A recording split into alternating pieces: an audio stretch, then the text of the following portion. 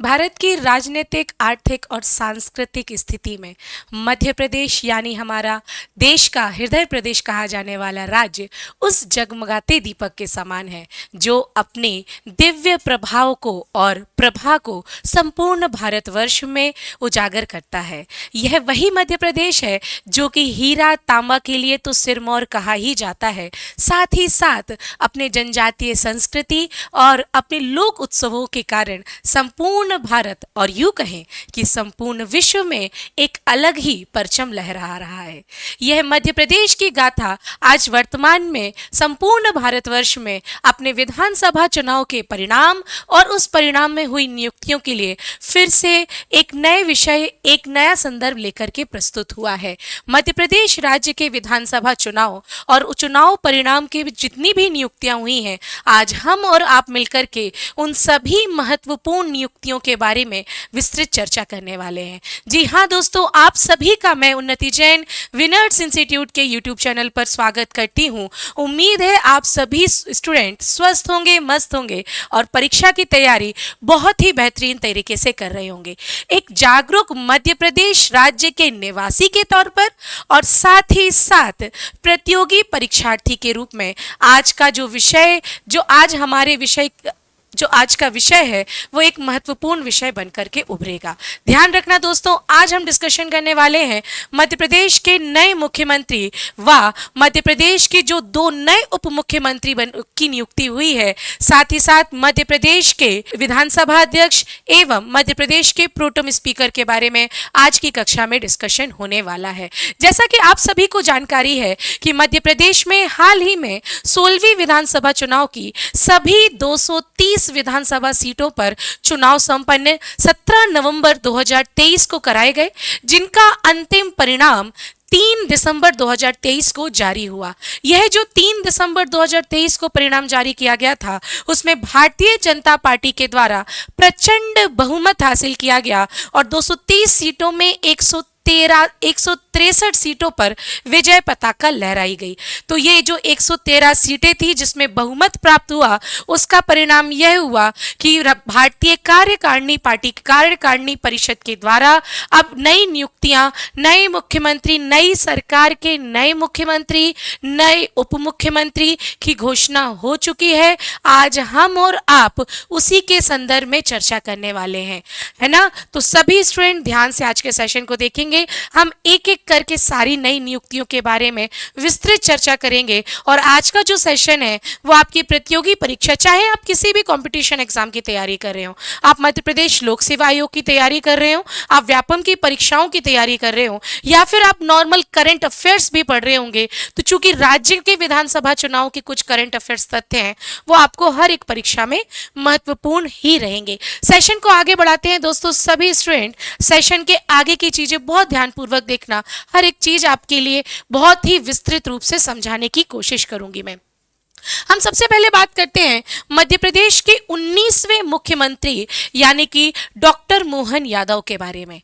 मध्य प्रदेश के 19वें मुख्यमंत्री और 16वीं विधानसभा चुनाव के बहुमत दल के नेता जो नियुक्त किए गए हैं वो कौन है? डॉक्टर मोहन यादव, जिन्हें मध्य प्रदेश के संपूर्ण राज्य व्यवस्था की चाबी सौंपी गई है। हाँ जी दोस्तों, अगर हम व्यक्तिगत परिचय के बारे में बात करें तो इनका जन्म 25 मार्च 1965 में हुआ। कहां पर हुआ? तो ये उज्जैन महाकाल की नगरी से अपना संबंध रखते हैं। शैक्षणिक योग्यता की बात करें तो एक शिक्षित भारतीय समाज में एक बहुत ही अच्छा विषय है कि जो हमारे मध्य प्रदेश के मुख्यमंत्री हैं वो अच्छी खासी शैक्षणिक योग्यता भी रखते हैं। बीएससी, एलएलबी, एमए, एमबीए और साथ ही साथ पीएचडी होल्डर भी हैं। यानी कि यह जो मध्य प्रदेश के मुख्यमंत्री हैं आगे चलकर मध्य प्रदेश को शिक्षा के क्षेत्र में भी आगे ले जाने का प्रयास जरूर करेंगे। ये भी हम आगे भविष्य के रूप में देख सकते हैं। साथ ही साथ अगर हम बात करें कि इन्हें पुरस्कार कौन कौन से प्राप्त हुए, तो ध्यान रखना दोस्तों, डॉक्टर मोहन यादव मध्य प्रदेश में शिक्षा मंत्री के पहले मध्य प्रदेश पर्यटन विकास निगम के अध्यक्ष के रूप में भी कार्य कर चुके हैं और इसी कार्य के दौरान उन्होंने मध्य प्रदेश के पर्यटन क्षेत्र को एक नई ऊंचाइयों पर पहुंचाया है, जिसके कारण उन्हें 2011-12 में तथा 2012-13 में मध्य प्रदेश के पर्यटन के क्षेत्र में निरंतर विकास हेतु राष्ट्रपति के द्वारा भी पुरस्कृत किया जा चुका है। अगर हम बात करते हैं इनके निर्वाचन क्षेत्र का, तो मध्य प्रदेश के वर्तमान मुख्यमंत्री डॉक्टर मोहन यादव का जो निर्वाचन क्षेत्र है वो दक्षिणी उज्जैन है। ये भी आपकी परीक्षा के लिए महत्वपूर्ण है। और मध्य प्रदेश की नई सरकार के नए मुख्यमंत्री ने जो अपना शपथ लिया था वह 13 दिसंबर 2023 को भोपाल के मोतीलाल नेहरू स्टेडियम से डॉक्टर मोहन यादव का शपथ ग्रहण समारोह आयोजित किया गया, जिन्हें मध्य प्रदेश के वर्तमान राज्यपाल मंगू भाई पटेल जी के द्वारा शपथ दिलाई गई थी। ये हो गया इनका व्यक्तिगत परिचय। अगर हम आगे बात करते हैं तो थोड़ा सा और इनके कार्य और इनके राजनीतिक करियर के बारे में भी जानकारी हासिल करते हैं। ध्यान रखना दोस्तों, 1982 में जब इन्होंने सबसे पहले माधव विज्ञान महाविद्यालय छात्र संघ के सह सचिव के रूप में नियुक्त किया गया, तो यहीं से इनका राजनीतिक करियर शुरू माना जाता है। 1984 में यह छात्र संघ के अध्यक्ष के रूप में भी नियुक्त होते हैं। 1998 में पश्चिमी रेलवे बोर्ड समिति के सदस्य बने, यह भी आपके लिए याद रखना चाहिए। साथ ही साथ मध्य प्रदेश का एकमात्र क्षेत्र जहां पर सिंहस्थ मेला लगाया जाता है, प्रति 12 वर्षों में आयोजित होता है। जी हां दोस्तों, महाकाल की नगरी में। तो ये सिंहस्थ मेले के तहत मध्य प्रदेश की केंद्रीय समिति के भी सदस्य थे, जिसका आयोजन 2004 में किया गया, फिर उसके बाद 2016 में और आगे 2028 में मध्य प्रदेश में कुंभ का मेला आयोजित किया जाएगा। यह अच्छी बात है कि महाकाल की नगरी से चुना गया एक विधानसभा क्षेत्र का सदस्य आज वर्तमान में मध्य प्रदेश के मुख्यमंत्री के तौर पर भी चुने गए हैं। यह भी आपको साथ में ध्यान रखना है। 2004 और 10 के बीच में वह उज्जैन विकास प्राधिकरण यूडीए के अध्यक्ष के रूप में भी चुने गए थे। और याद रखना दोस्तों, यूडीए के अध्यक्ष के रूप में इन्हें राज्य मंत्री का दर्जा भी प्राप्त था। साथ ही साथ 2008 में भारत स्काउट गाइड के जिला अध्यक्ष के रूप में भी इन्हें चुना गया। और साथ ही साथ दोस्तों 2013 में पहली बार 14वीं विधानसभा के सदस्य के रूप में चुना गया। अगर यूं कहें कि इन्होंने सबसे पहले विधानसभा सत्र या विधानसभा क्षेत्र से सबसे पहले विजय कब प्राप्त की है, तो याद रखना 2013 की सरकार में इन्होंने सबसे पहले 14वीं विधानसभा चुनाव में दक्षिणी उज्जैन क्षेत्र से विधानसभा की सदस्यता को हासिल किया था। और 2018 में दूसरी बार ये विधानसभा सदस्य के रूप में निर्वाचित हुए थे। ये भी आपको राजनीतिक करियर डॉक्टर मोहन यादव का याद रखना है। साथ ही साथ अगर हम दोस्तों बात करते हैं, इन्होंने शिवराज सिंह चौहान की सरकार में शिक्षा मंत्री, उच्च शिक्षा मंत्री का कार्यभार भी संभाला है। और मध्य प्रदेश में उन राज्यों की गिनती में सबसे ऊपर खड़ा किया है जिन्होंने राष्ट्रीय शिक्षा नीति को लागू करने में सबसे पहले कदम उठाया था। हाँ जी दोस्तों, मध्य प्रदेश देश का ऐसा पहला राज्य बना जिसने राष्ट्रीय शिक्षा नीति 2020 को अपने राज्य में लागू कराया। ये भी आपको ध्यान में रखना है। प्रतिद्वंदी इंजीनियर चेतन प्रेम नारायण यादव को इन्होंने दक्षिणी उज्जैन क्षेत्र से हराया है। ये भी अगर प्रतिद्वंदी का नाम पूछ लिया जाए तो भी आपको मुख्यमंत्री के प्रतिद्वंदी ये भी ध्यान में रखना है। शिक्षा मंत्री के रूप में इन्होंने मध्य प्रदेश में क्या क्या कार्य किए, इसके बारे में अगर हम चर्चा करते हैं दोस्तों, तो जैसा कि मैंने आपको पहले भी बताया कि राष्ट्रीय शिक्षा नीति जो न्यू एजुकेशन पॉलिसी आई है उसको सबसे पहले मध्य प्रदेश में लागू कराया। और साथ ही साथ यूजी में पर्यावरण और योग पाठ्यक्रम को अनिवार्य भी बनाया है।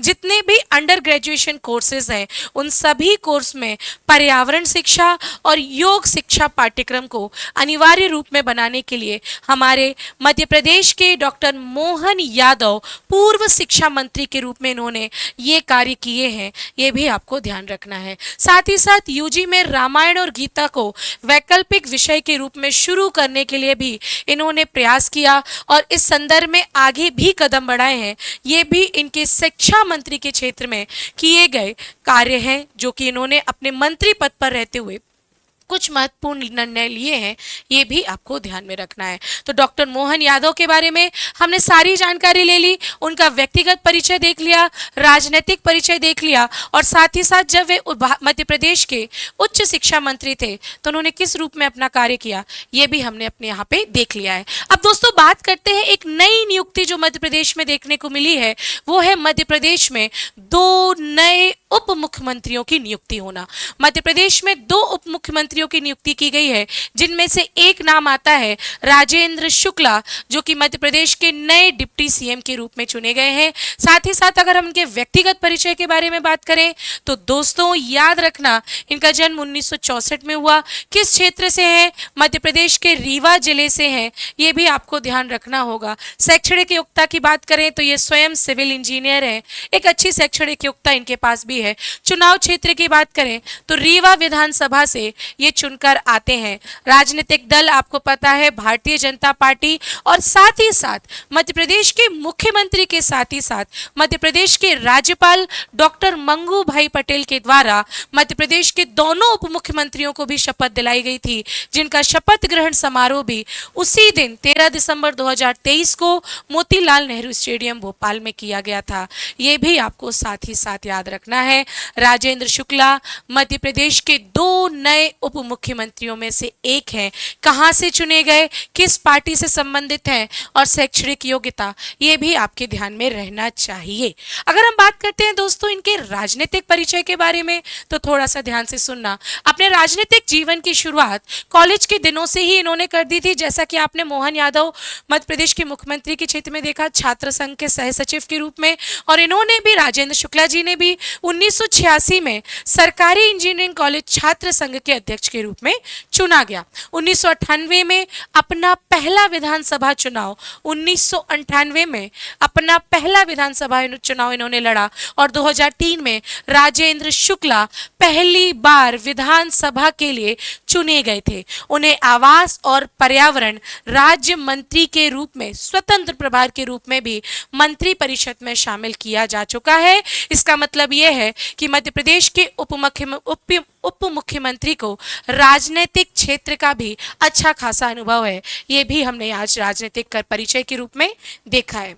साथ ही साथ दोस्तों अगर हम आगे बात करते हैं कि राजनीतिक परिचय के अंतर्गत 2008 में रीवा निर्वाचन क्षेत्र से दूसरी बार मध्य प्रदेश के विधानसभा क्षेत्र के लिए चुने गए, और मध्य प्रदेश राज्य सरकार में ऊर्जा और खनिज मंत्री के रूप में भी इन्होंने अपना पद दायित्व को संभाला है। 2013 में मध्य प्रदेश की जब 14वीं विधानसभा के चुनाव लड़े गए थे, उसमें उद्योग नीति और उसमें निवेश संवर्धन को बढ़ाने के लिए इन्होंने संपूर्ण कैबिनेट मंत्रालय को संभाल लिया था। मध्य प्रदेश राज्य औद्योगिक विकास निगम के अध्यक्ष के रूप में भी राजेंद्र शुक्ला ने अपना पद दायित्व भी संभाला है, ये भी आपको ध्यान रखना है। साल 2023 विधानसभा चुनाव में राजेंद्र शुक्ला रीवा से 5वीं बार जीते, और इस बार वह मध्य प्रदेश के उप मुख्यमंत्री के रूप में यहां पर नियुक्त किए गए, और जो कि कांग्रेस प्रत्याशी राजेंद्र शर्मा को हरा करके 5वीं बार रीवा विधानसभा क्षेत्र से राजेंद्र शुक्ला जी चुन करके विजय पताका लहरा करके आए हैं। ये राजनीतिक कैरियर आपको बहुत ध्यान से देखना है, क्योंकि मध्य प्रदेश की जो प्रमुख और सर्वश्रेष्ठ सर्वोच्च नियुक्तियां हैं उनके बारे में हमें जागरूकता से जानना चाहिए, ताकि हमें हर एक स्थिति के बारे में, हर एक पद के बारे में अच्छे से जानकारी मिल सके। दोस्तों अगर हम मध्य प्रदेश के दूसरे उप मुख्यमंत्री अर्थात जगदीश जी देवड़ा की बात करते हैं तो इन्हें भी मध्य प्रदेश के डिप्टी सीएम का पद मिला है। इनका अगर व्यक्तिगत परिचय देखें तो याद रखना 1 जुलाई 1957 नीमच में इनका जन्म होता है, और शैक्षणिक योग्यता के रूप में एमए और एलएलबी की डिग्रियां इनके पास है। फिर से वही बात, राजनीतिक दल है भारतीय जनता पार्टी। शपथ भी मैंने जैसे बताया मुख्यमंत्री के साथ 2 उप मुख्यमंत्रियों की शपथ ग्रहण समारोह उसी दिन हुआ 13 दिसंबर 2023 को। कहां पर? मोतीलाल नेहरू स्टेडियम भोपाल में। किसने इन्हें इन उप मुख्यमंत्रियों को पद की शपथ दिलाई? याद रखना, राज्यपाल के द्वारा मध्य प्रदेश के मुख्यमंत्री और उप मुख्यमंत्री को शपथ ग्रहण समारोह या शपथ दिलाने का कार्य किया गया था।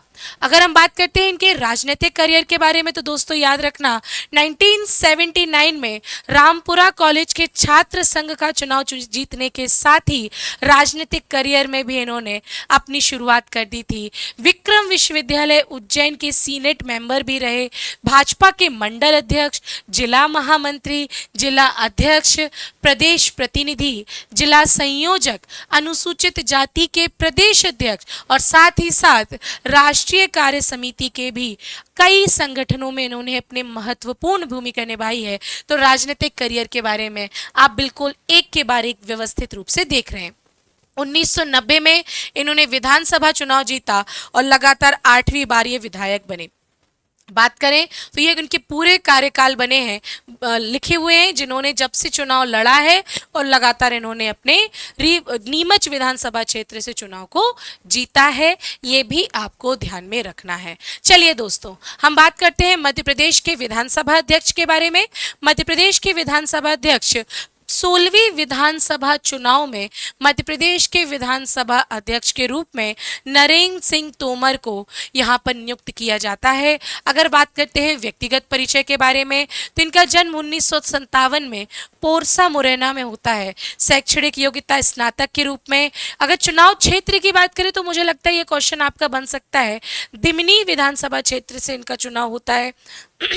राजनीतिक दल फिर से वही भारतीय जनता पार्टी के दल से संबंधित है। 1980 में ग्वालियर भाजपा युवा मंच के अध्यक्ष बनाए गए। ये राजनीतिक परिचय के रूप में हम शुरू कर रहे हैं। 1986 में मध्य प्रदेश भाजपा के प्रदेश अध्यक्ष के रूप में भी। 2003 में ग्वालियर से फिर से चुने गए और उमा भारती के नेतृत्व की कैबिनेट मंत्री के रूप में इन्होंने अपना पदभार ग्रहण किया। 2009 में राज्यसभा से सांसद के रूप में भी इन्हें चुना जा चुका है। दोस्तों ध्यान रखना, 2014 में ग्वालियर से लोकसभा चुनाव भी जीत चुके हैं। यह अनुभवी व्यक्ति नरेंद्र सिंह तोमर जी हैं। अगर हम राजनीतिक करियर के बारे में और आगे बढ़े तो ध्यान रखना 2014 में इस्पात, खान, श्रम, रोजगार के केंद्रीय कैबिनेट मंत्री के रूप में इन्हें नियुक्त किया गया था केंद्र सरकार के द्वारा।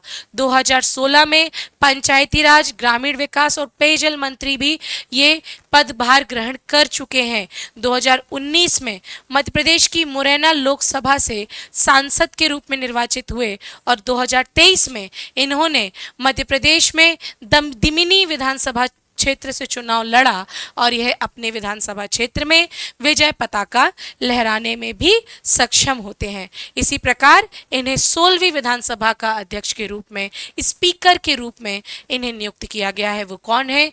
नरेंद्र सिंह तोमर हैं। तो दोस्तों हमने ये भी पूरी व्याख्या देख ली। हमने अभी तक, अगर मैं आपको थोड़ा सा ब्रेक लगा के बता दूं कि मैंने अभी तक के साथ क्या क्या चीज़ें डिस्कशन की हैं, तो मैंने आपको मध्य प्रदेश के मुख्यमंत्री का संपूर्ण व्यक्तिगत और राजनीतिक परिचय बताया। उसके बाद दोस्तों मैंने बताया आपको मध्य प्रदेश के 2 उप मुख्यमंत्रियों के बारे में, चाहे राजेंद्र शुक्ला जी हों चाहे जगदीश देवड़ा जी हों। फिर इसके बाद अपन ने देखा मध्य प्रदेश की विधानसभा के अध्यक्ष के रूप में नरेंद्र सिंह तोमर के बारे में। आगे बात करते हैं मध्य प्रदेश के प्रोटेम स्पीकर। तो सबसे पहले हम जानकारी लेते हैं प्रोटेम स्पीकर क्या होता है। तो दोस्तों प्रोटेम स्पीकर लोकसभा और राज्य विधानसभा का वह अस्थायी अध्यक्ष होता है जो सदन की पहली बैठक की अध्यक्षता करता है। तो मध्य प्रदेश की 16वीं विधानसभा के प्रोटेम स्पीकर के रूप में राज्य के वरिष्ठ और अनुभवी विधानसभा क्षेत्र रहली से चुनकर आने वाले गोपाल भार्गव को प्रोटेम स्पीकर का पदभार दिया जाता है। अगर हम बात करते हैं व्यक्तिगत परिचय के बारे में तो जन्म होता है 1952 में। शैक्षणिक योग्यता के बारे में देखना, बीएससी, एलएलबी, एमए राजनीतिक विज्ञान इनका शैक्षणिक योग्यता है। चुनावी क्षेत्र है रहली विधानसभा और किस दल से संबंध रखते हैं तो प्रोटेम स्पीकर बहुमत दल से ही आता है, वह है Bharatiya Janata party.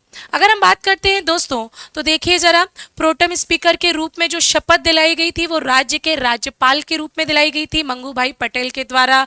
Pro tem speaker Gopal Bhargava को प्रोटेम स्पीकर के पद की शपथ दिलाई गई, ये ध्यान रखना। और यह जो आयोजन हुआ था वो 13 दिसंबर को नहीं हुआ था, ये अलग से कुछ दिनों बाद इसका आयोजन किया गया था। राजनीतिक करियर के बारे में बात करें, 1980 में गड़ाकोटा नगर परिषद के अध्यक्ष के रूप में चुने गए।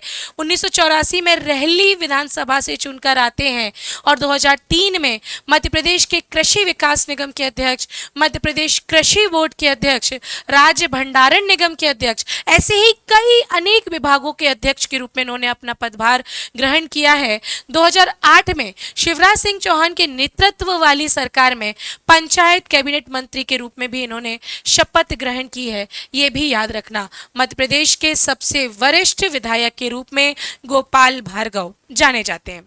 दोस्तों आगे चर्चा करते हैं। अगर हम राजनीतिक करियर को और आगे ले जाएं तो याद रखना, अपने 6 कार्यकालों में कैबिनेट मंत्री के रूप में इन्होंने कार्य किया, जो कि किसी भी सरकारी में मंत्री द्वारा पूरा किया जाने वाला सबसे बड़ा कार्यकाल है। ये आपका एक फैक्चुअल क्वेश्चन बन सकता है कि निम्न में से वह कौन से मंत्री या वह कौन से विधायक हैं जिन्होंने मंत्री के रूप में अपना सबसे लंबा कार्यकाल पूरा किया है। तो ये एक आपके लिए महत्वपूर्ण जानकारी हो सकती है। दोस्तों ये एकमात्र ऐसे व्यक्ति हैं जिन्होंने मध्य प्रदेश सरकार में लगातार 15 वर्षों तक सिर्फ और सिर्फ कैबिनेट मंत्री के रूप में कार्य किया है। ये भी वरिष्ठता के लिए आपको जाननी चाहिए। एक ही निर्वाचन क्षेत्र यानी रहली निर्वाचन क्षेत्र से लगातार 10 चुनाव जीतने वाले भी ये कौन है? गोपाल भार्गव जी हैं। साथ ही साथ 15वीं मध्य प्रदेश विधानसभा में विपक्ष के नेता भी चुने गए थे। आपको पता है 15वीं विधानसभा का चुनाव में जो पहले कांग्रेस का बहुमत आया था, तो उस विधानसभा चुनाव में ये विपक्ष के नेता के रूप में चुने गए। लेकिन कुछ वर्षों के बाद जब बहुमत भाजपा के पास आया तो इन्होंने विपक्ष के नेता के रूप में अपने पद से इस्तीफा भी दे दिया था। ये भी आपको गोपाल भार्गव जी के बारे में, मध्य प्रदेश के नए प्रोटेम स्पीकर 16वीं विधानसभा के प्रोटेम स्पीकर के बारे में जानकारी लेना आवश्यक है। तो दोस्तों आज के पूरे सेशन में आपको मैंने मध्य प्रदेश में हाल ही में हुई नई नियुक्तियों के बारे में, अर्थात मध्य प्रदेश की नई सरकार के नए मुख्यमंत्री, मध्य प्रदेश के 2 उप मुख्यमंत्री, मध्य प्रदेश की 16वीं विधानसभा के अध्यक्ष और मध्य प्रदेश की 16वीं विधानसभा के प्रोटेम स्पीकर के बारे में न केवल व्यक्तिगत परिचय अपितु संपूर्ण राजनीतिक परिचय देने का एक छोटा सा प्रयास किया है। दोस्तों अगर आपको आज का सेशन अच्छा लगता है तो आप वीडियो को लाइक कर दें और साथ ही साथ बताएं कि आपको सेशन कैसा लगा, सेशन की वो कौन सी बातें हैं जो आपको एक अच्छी नई जानकारी के रूप में लेके आई हैं। ज़रूर मुझे कमेंट करके बताना। दोस्तों अगर हम बात करते हैं विनर्स इंस्टीट्यूट के द्वारा संस्थान में SSC-GD 2024 की कंप्लीट लाइव ऑनलाइन कोर्स शुरू किया गया है। इस कोर्स से संबंधित संपूर्ण जानकारी आपकी स्क्रीन पर है। यह कोर्स अगर हम बात करें तो मात्र 499 का है और जितने भी SSC-GD के सब्जेक्ट हैं वो सारे के सारे सब्जेक्ट्स आपको कवर कराए जाएंगे। ये पूरी क्लास लाइव और रिकॉर्डेड लेक्चर्स में मिल जाएगी आपको, और साथ ही साथ जो नोट्स होंगे, जो टेस्ट होंगे, जो आपकी तैयारी को और मजबूत करेंगे, वे सभी प्रयास आदित्य सर के द्वारा और संपूर्ण विनर्स इंस्टीट्यूट के द्वारा किए जाएंगे। साथ ही साथ SSC फाउंडेशन के कोर्स के बारे में आप देख लीजिए। SSC फाउंडेशन में SSC CGL से लेकर के सारे SSC एग्जाम्स में आपको सारी फैसिलिटीज के साथ ये कोर्स मिलेगा। तो अगर आप सभी स्टूडेंट SSC की परीक्षाओं में शामिल होना चाहते हैं तो एक बार जरूर इस कोर्स को परचेस करके पढ़ाई करना शुरू कर दें। बात करते हैं मध्य प्रदेश लोक सेवा आयोग की परीक्षाओं की। तो मध्य प्रदेश लोक सेवा आयोग की परीक्षाओं के अंतर्गत जो कि आगामी बैच मध्य प्रदेश में विनर्स इंस्टीट्यूट के द्वारा शुरू किया जा रहा है, वह है 22 दिसंबर को। हिंदी और इंग्लिश का सेपरेट बैच होगा। सभी अनुभवी शिक्षकों के द्वारा यह पूरा सेशन कवर कराया जाएगा। आप सभी स्टूडेंट ऑफलाइन जुड़ना चाहते हैं MPPSC की प्री, मेंस और लास्ट तक इंटरव्यू की तैयारी करने के लिए, तो आप ज़रूर 22 दिसंबर से शुरू होने वाले बैच में शामिल हों और अपनी जो जीत है उसे पक्का कर लें। साथ ही साथ सफलता बैच, जो ऐसे स्टूडेंट जो प्री और मेंस की तैयारी सिर्फ करना चाहते हैं, वो बैच भी 22 दिसंबर से शुरू हो गया। लाइव फ्रॉम क्लासरूम चलेगा। तो आप भी इसके संबंध में सारी जानकारी offline centre, online calling centre, सभी जगह से लेकर के जानकारी लीजिए और तैयारी करने के लिए झट से इंदौर आ जाइए। और इंदौर ना आ पाए तो आप अपने ही स्थान पर बैठ करके ऑनलाइन क्लासेस के माध्यम से इसका लाभ उठा सकते हैं। साथ ही साथ अगर दोस्तों बात करें, आदित्य सर के द्वारा विनर्स इंस्टीट्यूट में एक नई पुस्तक लॉन्च हुई है जो कि है वर्बल और नॉन वर्बल रीजनिंग की, जो कि हिंदी माध्यम के लिए है। और अगर आप घर बैठे इस पुस्तक को मंगाना चाहते हैं तो फ्री डिलीवरी के साथ ऑल ओवर इंडिया, चाहे मध्य प्रदेश के हो चाहे किसी भी राज्य के हो, तो आप इसमें इसका लाभ उठा सकते हैं। दोस्तों अगर बात करते हैं आगे, सारी पुस्तकें आपके सामने हैं, आप इन पुस्तकों को मंगाइए और अपनी तैयारी को और भी ज़्यादा व्यवस्थित कर दीजिए। तो दोस्तों आज का सेशन आपको कैसा लगा मुझे ज़रूर बताइए। आगे हम और भी इस तरह का डिस्कशन करते जाएंगे ताकि हाल ही में जितने भी घटनाएं हो रही हैं उनकी पर हमारी पैनी नज़र हो, क्या घटनाक्रम है, सारी जानकारी मिल सके। मैं आपसे अलविदा लेती हूँ, तब तक के लिए सभी को जय हिंद, जय भारत।